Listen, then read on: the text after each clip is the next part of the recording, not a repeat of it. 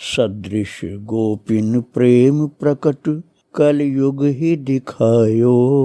निरअंकुश अति निडर रसिक यश रस न गायो।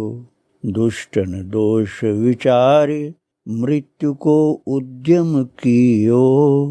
बारन बांको भयो गरल अमृत ज्यों पियो। भक्ति निशान बजाय के काहू ते नाही लजी। लोक लाज कुल श्रृंखला तज मीरा गिरधर भजी। श्री राधे राधे। भक्तों, संसार में महापुरुषों का आगमन जगत के कल्याण के लिए हुआ करता है और साथ ही साथ वे भागवत भक्ति का उत्कृष्टतम रस प्राप्त करते रहते हैं। उनके बीच में ठाकुर जी की लीला भी चलती रहती है और उस लीला का रहस्य वही लोग समझ पाते हैं जो बहुत उच्च स्तर के भगवदीय जीव होते हैं, भागवत प्राप्त भगवत प्रेमी महापुरुष होते हैं। वही उस लीला का रहस्य समझ पाते हैं। जैसा मैंने आपको बतलाया था मीरा जी के चरित्र में कि साक्षात अष्ट सखियां जो राधा रानी की हैं, उन्हीं में से चंपक लता, चंपा नाम से मीरा जी के बचपन से साथ में रहती थी। उसको मैं आगे और आपको रहस्य उद्घाटन करके सुनाऊंगा। मैं अभी आपको ये बतलाना चाहता हूँ कि जो चंपक लता चंपा नाम से थी, वो तो अंतर्धान हो चुकी हैं, भगवान के पास पहुंच गई, राधा कृष्ण के पास। तो सखियां उनको खोजती, उनको मिलती नहीं है। और 5 वर्ष का वो महान भगवत प्रेम रस जो व्रज रस है, जो युगल प्रीति का रस है, जो गोपियों को अभीष्ट है, वही रस प्राप्त करती रही मीरा जी। कई लोग ये समझते हैं कि जो द्वारकाधीश से प्रेम करते हैं वो वृंदावन का रस प्राप्त नहीं कर सकते हैं। और आपको याद होगा कि मीरा जी ने विवाह द्वारकाधीश से किया था। स्वयं द्वारकाधीश ही दूल्हा बन करके आए थे और मीरा जी से विवाह किए थे मेड़ता में। उसके बाद भोजराज की बारात आई थी। तो अब आपको याद आ गया होगा कि द्वारकाधीश ही भगवान दूल्हा बन करके आए थे और मीरा जी के साथ शादी हुई थी। अभी यदि बात सत्य होती कि द्वारकाधीश से जिसका संबंध है उसको वृंदावन का ब्रजरस नहीं मिल सकता है, तो ये मीरा जी के साथ कैसे होता? अरे मीरा जी के साथ तो कन्हैया ने राधा रानी की सखी चंपक लता को ही लगा दिया था बचपन में, और उन्हें यह नहीं पता था कि ये साक्षात राधा रानी की सखी हैं। और श्री वृंदावन धाम में 5 वर्ष तक सरस राधा कृष्ण प्रीति रस में मीरा जी डुबकी लगाती हुई उसी में गहराई में रसास्वादन करती रही। उसके बाद 20 वर्ष तक मीरा जी लोक संग्रह, तात्पर्य जन कल्याण, भगवत भक्तों का मार्गदर्शन, साधकों का मार्गदर्शन, बड़े बड़े राजा, धर्मात्मा और देशी विदेशी सभी प्रकार के उच्च कोटि के साधकों का मार्गदर्शन करती रही। उसमें बहुत से राजा लोग थे, शासक थे, संत थे, गृहस्थ भक्त थे। उन सब का वर्णन असंभव है भक्तों। 20 वर्ष तक कितने लोगों का कल्याण किया होगा मीरा जी ने श्री वृंदावन धाम में रह के, उसको पूरा बता पाना असंभव है। और धीरे धीरे वो समय बीतता गया और वो 25 वर्ष का वृंदावन वास लगभग पूर्ण होने को था। और प्रातः काल की बेला थी। मीरा जी अपने प्रभु के ध्यान में बैठी हुई थी। तभी उनको आवाज सुनाई पड़ी चंपकलता की, और वो चंपा जो कही जाती थी वो चंपकलता सहसा प्रकट हुई। अब आप समझ ही गए हैं कि वो अष्ट सखियों में थी, इसलिए प्रकट होना आपको आश्चर्य का अब नहीं लगेगा। सहसा प्रकट हुई चंपकलता जी और बोली माधवी। तो मीरा चौंक गई, अरे चंपकलता आ गई लगता है। तो तुरंत मीरा जी खड़ी हुई और वो महाराज चंपकलता का चरण छूने को झुकी तेजी से, किंतु चंपकलता ने तुरंत ही मीरा जी को पकड़ करके अपनी छाती से चिपका लिया। अब आप सोचिए, अष्ट सखियां जिनका दिव्य शरीर होता है, वो मीरा जी को कितना मानती थी। मीरा जी का तो जन्म हुआ था संसार में, लेकिन मीरा जी को कितना मानती थी चंपकलता की छाती से चिपकाई हुई। और फिर अपने साथ ले गई। गिरिराज जी की परिक्रमा करते हुए राधा कुंड में स्नान करके मीरा सघन तमाल तरु के तले बैठी थी। केसर और चमेली नहा रही थी। पहले 3 सखियां थी ना, केसर, चमेली और चंपा। तो चंपा जी तो अब जा चुकी हैं ठाकुर जी की सेवा में, अब प्रकट होके आई हैं आज। तो देखा चंपा जी ने कि केसर और चमेली, जिनको ललिता भी लोग अब कहते थे, किंतु वो ललिता जी नहीं थी, वो चमेली थी। तो नहा रही थी राधा कुंड में।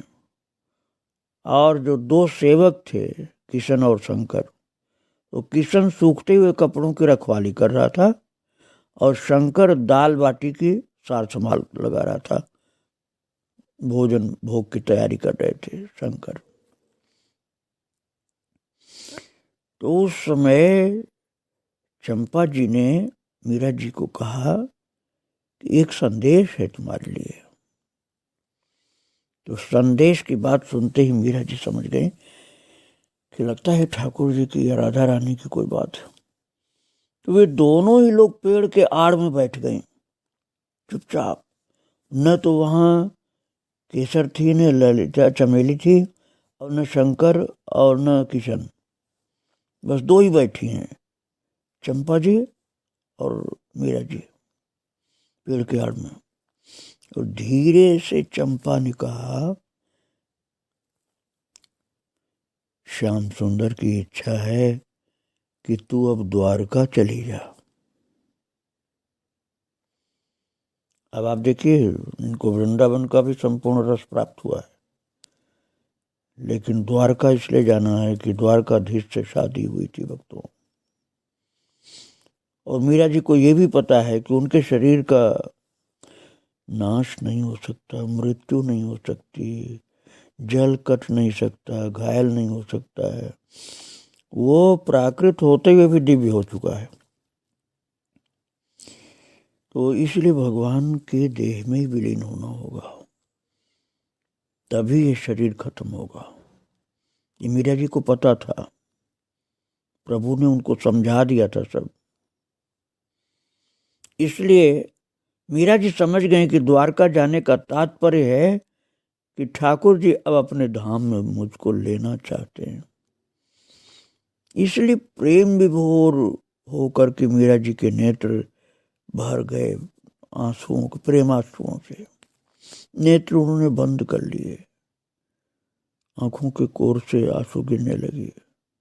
मुख से वाणी नहीं निकल पाई। कुछ क्षण पश्चात उन्होंने कहा, मीरा जी ने चंपकलता से, बहन क्या कहूं, वे कृपा पारावार हैं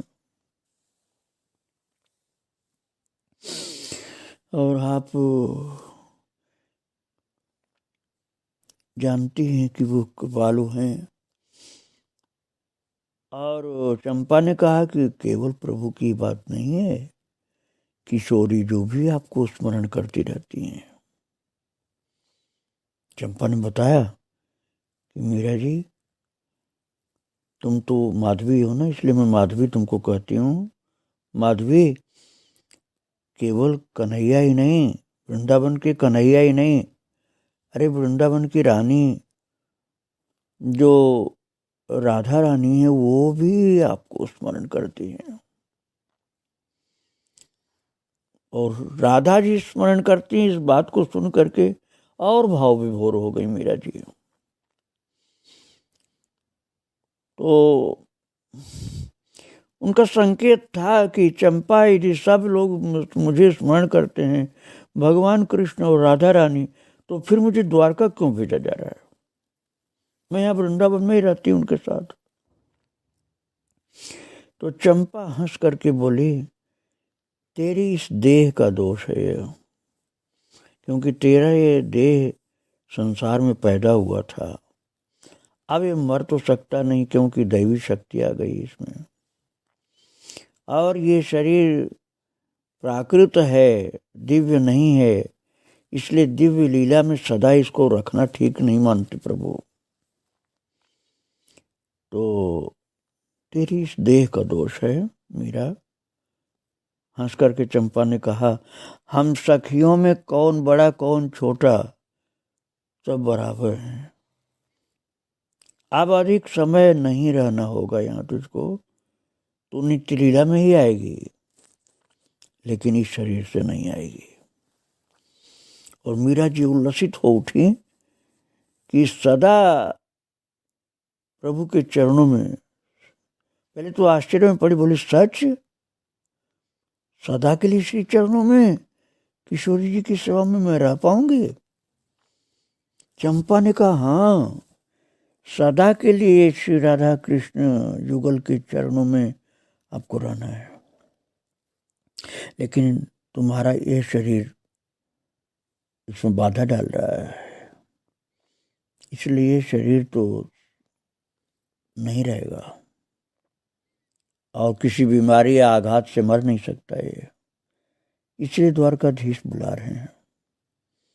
और भगवान कृष्ण ने, राधा रानी ने वही संकेत किया है जो मैंने तुमको बतलाया कि श्याम सुंदर की इच्छा है कि अब तू द्वारका जा। भक्तों, ये गुप्त बात आकर के चंपा जी ने खुद बताई थी। चंपा ने तनिक गंभीर होकर के फिर चुप्पी साध ली। उसे चुप देख करके मीरा का मन किसी आशंका से दुखा थोड़ा सा, किंतु उसे अलग हटा करके फिर हंसते हुए बोली, कहो बहन, प्रियतम का संदेश कहो। उनकी प्रत्येक बात, उनका प्रत्येक विधान रसपूर्ण है। इस दासी को वे जैसे चाहें जहां चाहें रखें, वृंदावन में रखें, अपने धाम में रखें, द्वारकापुरी में रखें, कहीं भी रखें, ये तो उन्हीं की दासी, कहीं भी रखें, जैसे चाहे रखें। ये जहां भी जिस अवस्था में होगी उन्हीं की रहेगी, इसमें सोचना क्या है? द्वारका भी मेरे ही प्राणपति का धाम है। इस तरह से मीरा जी ने कहा भक्तों। और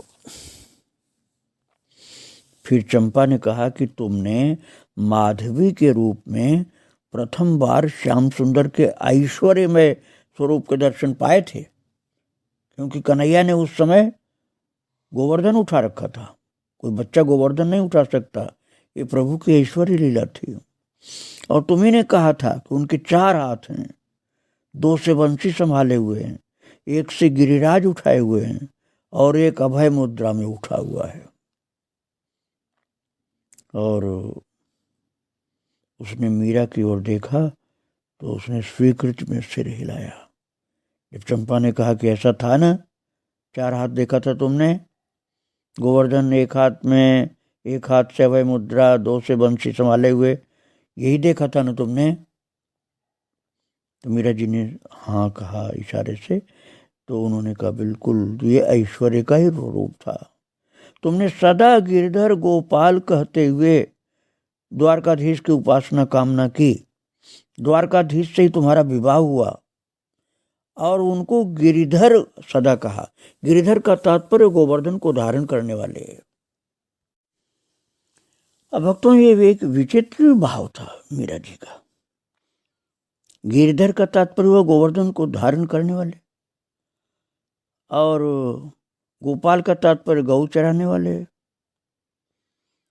और साथ में द्वारकाधीश रूप में विवाह, द्वारकाधीश रूप में दूल्हा बन के ठाकुर जी आए। तो अब ये द्वारकाधीश हो गए ऐश्वर्य वाले प्रभु, और ऐश्वर्य शक्ति प्रकट है गोवर्धन धारण में भी। और गोपाल तो मधुर लीला, गौ चरा रहे हैं, बिल्कुल मधुर लीला।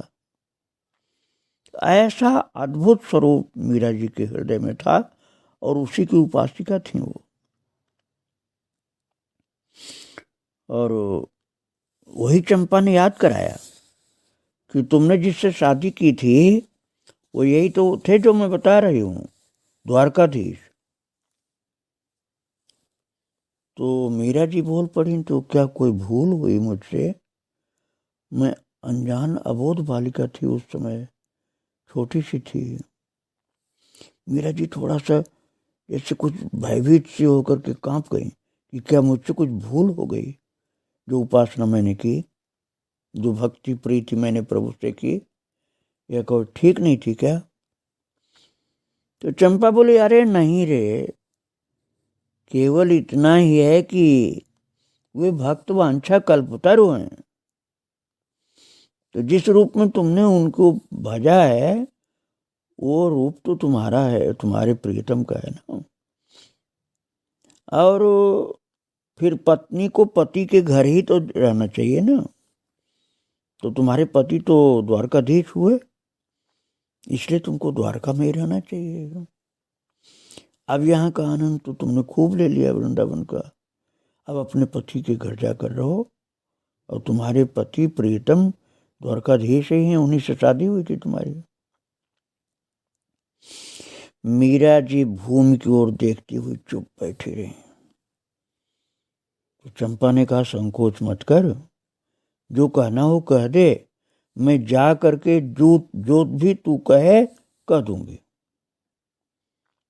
और वे तो निर्जन प्राण हैं, उनका तात्पर्य है कि ये व्यवस्था तुझे न रुचे, अथवा तुम जो चाहो, अथवा इसी में कोई परिवर्तन या कोई नवीन व्यवस्था चाहो, तो वैसा ही कर दिया जाएगा। वे तेरी इच्छा जानना चाहते हैं मीरा। भगवान वृंदावन विहारी तेरी इच्छा जानना चाहते हैं। इसलिए उन्होंने कहा कि श्याम सुंदर की इच्छा है कि तू द्वारका जा। अब तेरी क्या इच्छा तू बता। चंपा ने मीरा का हाथ अपने हाथ में लेकर बड़े प्रेम से कहा था कि श्याम सुंदर की इच्छा है कि तू द्वारका जा, लेकिन अब तू भी अपनी इच्छा बता सकती है, इसीलिए तो प्रभु ने मुझको भेजा है। और बस ये सुनते ही मीरा जी के नैनों से आंसू की धार चल पड़ी। वो चंपा से लिपट गई और बोली, नहीं बहन नहीं, वे जो चाहें जैसे चाहें वही व्यवस्था करें, मेरी अपनी क्या इच्छा। उनकी उदारता, उनकी करुणा असीमित है। बहन अपने जनों का इतना मान, इतना मन कौन रखेगा। मुझे तो ये जानकर कष्ट हुआ कि उन्हें मुझसे पूछवाने की आवश्यकता क्यों जान पड़ी कि मेरी क्या इच्छा है। मीरा जी ने कहा चंपा से कि मुझे तो लगता है कि अवश्य ही मेरे अंदर कोई आड़ ओट अभी कुछ बाकी है। यदि है तो बहन वो मिट जाए, ऐसी कृपा कर दो। बस यही चाहिए। चंपा से मीरा जी ने कहा, ऐसी कृपा कर दो कि मेरे अंदर अभी कुछ रह गया आड़ ओट, कुछ भेद, कुछ अलग विचार, कुछ मांग, कुछ कामना, तो उसको मिटा दो आप। चंपा प्रसन्न हो उठी, बोली यही तो चाहिए बहन। ये इतनी सी बात लोग समझ नहीं पाते हैं और अपनी इच्छा भगवान के सामने करते रहते हैं। और जब मीरा जी की इस तरह से प्रशंसा करने लगी चंपा जी, तो तुरंत मीरा जी बोली, और बात रहने दो चंपा, कुछ उन्हीं की चर्चा करो बहन। श्री श्याम सुंदर श्री किशोरी जो कभी अपनी इस दासी का स्मरण करती हैं। मीरा को याद आई जिस सुख का आस्वादन वो करती रही और बोलें कि तुम्हें देख करके प्रिय मिलन सा सुख हुआ। उनकी बात करो चंपा, उन्हीं की बात करो, उनकी बात करो, राधा कृष्ण की बात करो। मेरे प्राण प्यासे हैं उनकी चर्चा सुनने को। और अपने आंचल से चंपा ने मीरा जी के झरझर झरते हुए नेत्र पोछे और चंपा ने कहा, धीरज धर बहन, अब अधिक विलंब नहीं है। और उसे गोद में खींच लिया चंपा ने मीरा को, और फिर बोले कि अपनों को कोई क्या कभी भुला पाता है पगली। अरे नित्य सांझ को जब जब सखियां इकट्ठी होती हैं, जब महाराज की प्रस्तुति होती है, तब श्याम सुंदर और किशोरी जू के मध्य तेरी चर्चा चलने ही लग जाती है। ये रोजाना की बात है मीरा, तेरी चर्चा जरूर चलती है राधा कृष्ण के बीच में। श्याम सुंदर और किशोरी जू, महाराज की प्रस्तुति हुई और शाम हुई और तेरी चर्चा चली, उसी में आस्वादन लेते हैं वो, तेरी चर्चा का आस्वादन करते हैं वो लोग। भले ही तू दिव्य गात्र वाली सखी नहीं अभी है, लेकिन वो तो तुझको बहुत चाहते हैं। बहुधा तेरे बारे में मुझसे पूछते हैं। कई बार तेरे वियोग में उनकी आंखें भर आती हैं। वे तेरे दुख से दुखी होकर कहते हैं, मीरा की सेवा प्रशंसा जो भी कोई करता मुझे बहुत प्रिय है, और यदि कोई मीरा का विरोध करता है तो प्रभु बोल रहे थे मीरा कि वो मेरा भी बैरी है। और महाराज मीरा ऐसे बोली मीरा जी, मेरा नाम लिया मीरा का। चौंक कर सिर उठाया जो नीचे झुका हुआ था अब तक। तो चंपा बोली, हाँ कभी कभी भी तेरा यही नाम लेते हैं, मीरा ही कहते हैं, कभी माधवी कहते हैं, और कभी इस जन्म में जो तेरा यह नाम है, संसार में जो जन्म हुआ तेरा, वही बोल देते हैं मीरा, और कहते हैं मुझे ये नाम प्रिय है। एक बार किशोरी जी ने पूछा तो उन्होंने कहा, मुझे उसका यही नाम अधिक प्रिय है, मीरा नाम। माधवी बन करके उसने क्या पाया? भगवान स्वयं कह रहे थे राधा रानी से कि माधवी बन करके उसने क्या पाया? मीरा होकर तो उसने मुझे अपने प्रेम पाश में बांध लिया है। माधवी बन करके तो बहुत दुख पाई थी, अब मीरा होकर के उसने अपने प्रेम में मुझे बांध लिया है। इतना उच्च कोटि के आनंद में रहती हो। तुमने कहा कि मेरा विरोध करने वालों पर वो नाराज है। मीरा जी बोली कि तुम अभी कह रही थी कि जो मेरा विरोध करेगा उससे नाराज है प्रभु। तो मीरा जी ने चंपा से कहा कि उनसे कहना बहन, वे बेचारे अनजान अबोध उनकी दया के पात्र हैं, जो मेरा विरोध करते रहे चित्तौड़ में। और मीरा जी ने कहा मेरी करवद्ध प्रार्थना है कि उन पर कृपा करें। मीरा ने हाथ जोड़ करके चंपा के पांव पकड़ लिए कि वो उन पर कृपा करें प्रभु, जो मुझे सताए हैं, परेशान किए हैं। चंपा हंस दी और बोली ये तो उनका स्वभाव है बहन, भक्त के सामने अपनी समदर्शिता भूल जाते हैं वे। इस तरह से बहुत गंभीर प्रभु के स्वभाव और प्रेम की चर्चा चल रही थी। उस चर्चा को मैं आगे आपको फिर सुनाऊंगा भक्तों। ये भगवान की प्रिय सखियां जो राधा रानी की हैं, गोपियां हैं, उनके बीच की भगवदी वार्ता है। आगे आप फिर से श्रवण करेंगे। आज यहीं प्रणाम करके विराम दे रहा हूँ भक्तों। श्री राधे राधे, जय श्री राधे।